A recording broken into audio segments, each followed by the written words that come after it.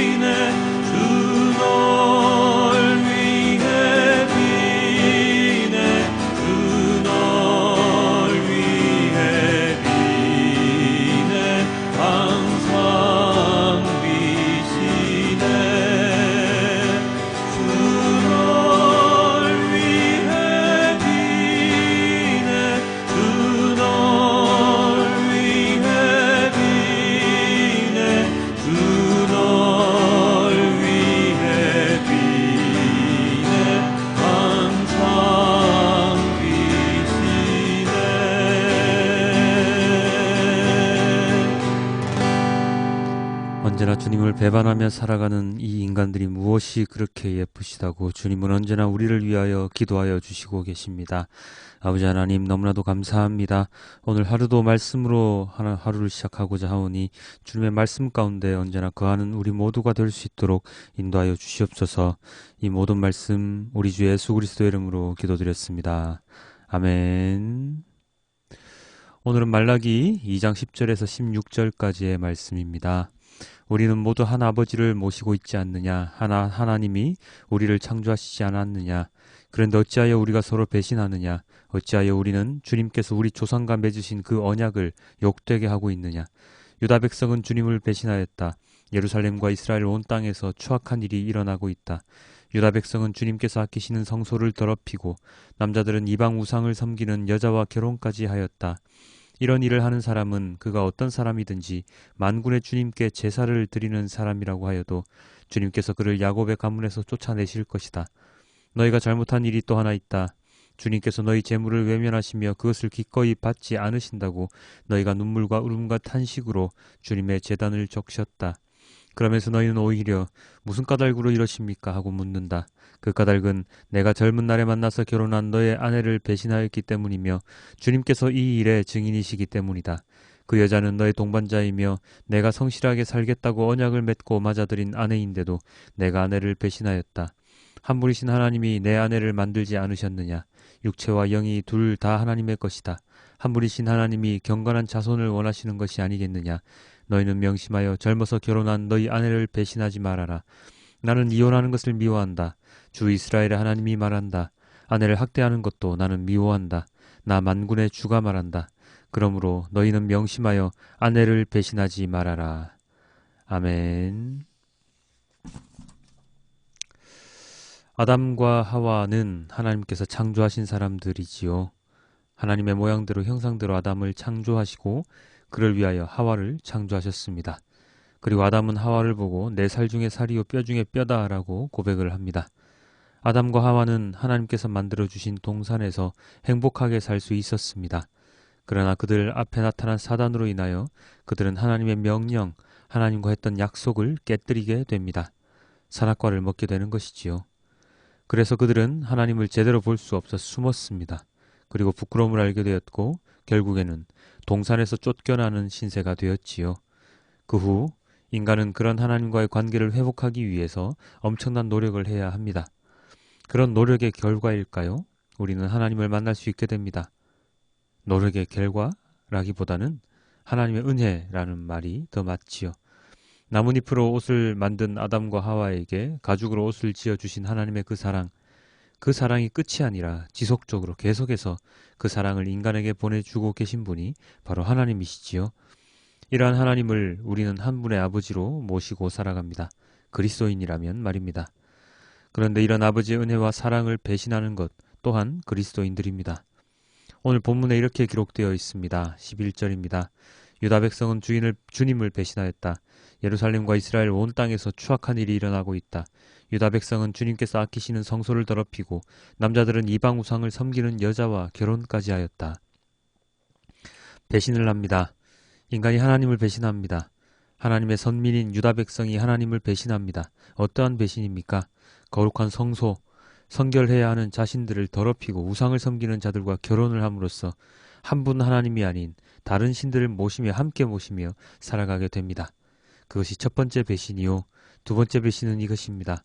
너희가 잘못한 일이 또 하나 있다. 주님께서 너희 재물을 외면하시며 그것을 기꺼이 받지 않으신다고 너희가 눈물과 울음과 탄식으로 주님의 제단을 적셨다. 하나님께서 재물을 받지 않으신다며 울면서 탄식하지요. 하나님께 불평과 불만을 늘어놓는 일입니다. 그런데 하나님께서 그렇게 하시는 이유가 무엇이라고 기록되어 있습니까? 14절입니다. 그러면서 너희는 오히려 무슨 까닭으로 이러십니까? 하고 묻는다. 그 까닭은 내가 젊은 날에 만나서 결혼한 너의 아내를 배신하였기 때문이며 주님께서 이 일의 증인이시기 때문이다. 바로 하나님께서 증인을 서신 결혼관계를 부정하게 하였기 때문입니다. 아내를 배신하고 남편을 배신하는, 그래서 이혼하고 마는 그런 일들이 벌어지는 것이지요. 하나님께서 맺어주신 언약의 부부인데 그 언약을 인간이 스스로 깨뜨려서 하나님의 증인됨을 무효화시키는 일을 저지른 것입니다. 첫 번째는 하나님을 배신하고 두 번째는 배우자를 배신하고, 이런 배신들은 다 언약을 깨는 일이지요.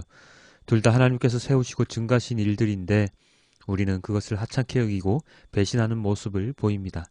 그런 인간들의 모습을 하나님께서는 용서하실 수가 없는 것이지요. 그리고 그런 잘못을 하면서도 자신들의 잘못을 알지 못하고 되려 하나님께 불평과 불만을 내려놓는 모습을 하나님은 참지 않으시는 것입니다. 하나님과의 언약, 그것은 불쌍하고 연약한 인간을 위하여 하나님께서 주신 은혜입니다. 굳이 살리지 않으셔도 될 것을 사랑과 그리고 긍휼의 마음으로 살려주십니다. 굳이 증인 서지 않으셔도 될 것을 그들의 행복을 위해서 하나님은 증인이 기꺼이 되어 주셨습니다. 그렇다면 우리는 어떻게 살아야 합니까? 그리스도인이라고 서약을 했다면, 내가 그리스도인이라고 생각을 한다면 이러한 하나님과의 언약을 깨뜨리지 말아야 합니다. 아담과 하와가 죄를 범했다는 것을 잘 알고 그것으로 인해서 우리들이 하나님과 멀어졌다는 것을 잘 안다면 우리는 같은 실수를 반복하면 안 되겠지요.